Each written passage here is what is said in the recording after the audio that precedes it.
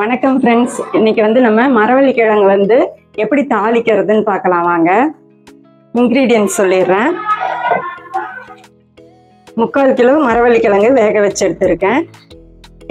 கிழங்கு கொஞ்சம் இலசா இருந்துச்சுன்னா நீங்கள் ஆவியில் கூட வேக வச்சு எடுத்துக்கலாம். இன்கிரீடியன்ட்ஸ் அளவு பார்த்துடலாம். பெரிய வெங்காயம் 1 கட்டமாக கட் பண்ணி வச்சுக்கோங்க.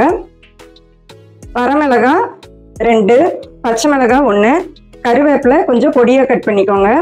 கொத்தமல்லி தழை கொஞ்சமாக, கொத்தமல்லி தழை கடைசியில் போடுறதுக்கு, கடலைப்பருப்பு கொஞ்சம். இப்போ தாளிப்பு பார்த்துக்கலாம். 3/4 கிலோ கிழங்குக்கு ஒரு 2 ஸ்பூன் கடலை எண்ணெய் ஊற்றுறேன். எண்ணெய் நல்லா காஞ்சிருச்சு. இப்போ இதில் 1 ஸ்பூன் கடுகு உளுந்து போட்டுக்கலாம். இந்த மாதிரி ஸ்நாக்ஸ் எல்லாம் செய்கிறப்ப என்னென்ன இன்க்ரீடியன்ட்ஸ் நல்லதாக ஆட் பண்ண முடியுமோ ஆட் பண்ணிக்கோங்க. ஏன்னா குழந்தைகளையும் சாப்பிட வைக்கணும். நம்மளே ஒரு சில நேரத்தில் கரெக்டாக சாப்பிட மாட்டோம்.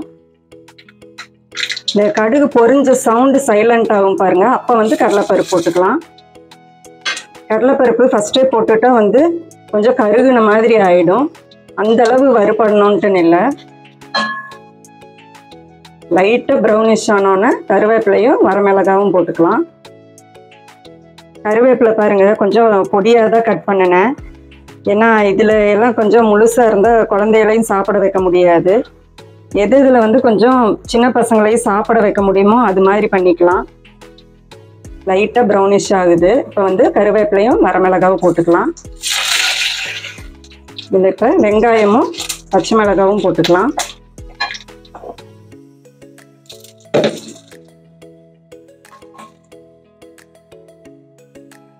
ஒரு 1/4 ஸ்பூன் பெருங்காய பவுடரும் ஒரு 1/4 ஸ்பூன் மஞ்சத்தூளும் போட்டுக்கலாம்.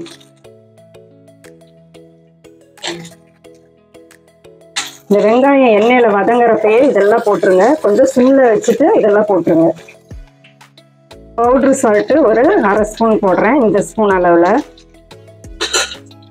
நான் கிழங்கு வேகிறப்ப ஒரு 1/4 ஸ்பூன் கல்லுப்பு போட்டு வேக வச்சேன்.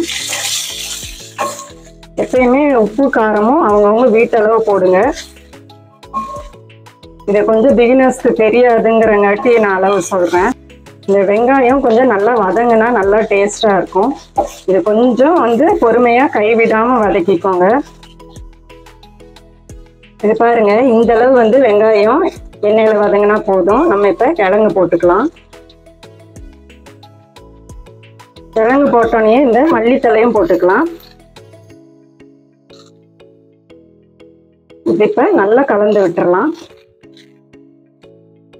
கிழங்கு வேக வைக்கிறதுக்கு கிழங்கு விட கொஞ்சம் தண்ணி அதிகமாக ஊற்றிக்கோங்க.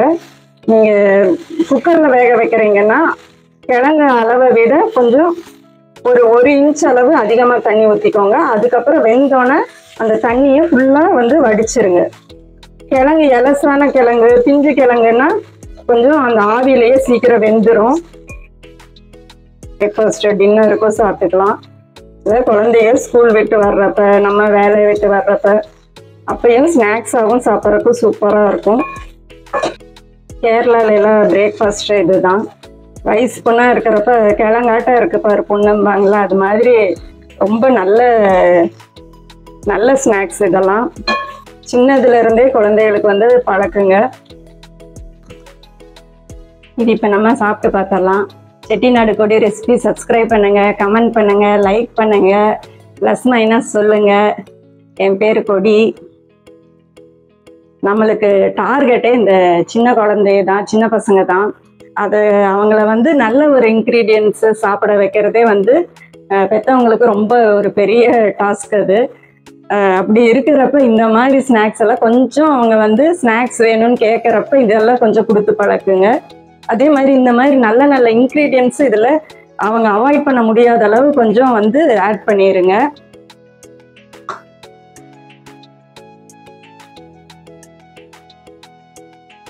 சூப்பராக இருக்கு ஃப்ரெண்ட்ஸ். இந்த மல்லித்தலை, கருவேப்பிலை தலை இதெல்லாம் இதோடு சேர்த்து வச்சு சாப்பிட்றப்ப அமேசிங்காக இருக்குது. இதே மாதிரி செஞ்சு சாப்பிடுங்க. அளவு வந்து நான் 3/4 கிலோ கிழங்குக்கு சொன்னேன். 1 கிலோ 3/4 கிலோ ரெண்டுக்குமே வந்து கொஞ்சம் கரெக்டாக தான் இருக்கும். இந்த அளவு பக்காவாக இருக்குது. இன்க்ரீடியன்ட்ஸ் அளவு, உப்பு, காரம் எல்லாமே கரெக்டாக இருக்குது. இதே மாதிரி ட்ரை பண்ணிவிட்டு கமெண்ட் பண்ணுங்கள். Thank you friends.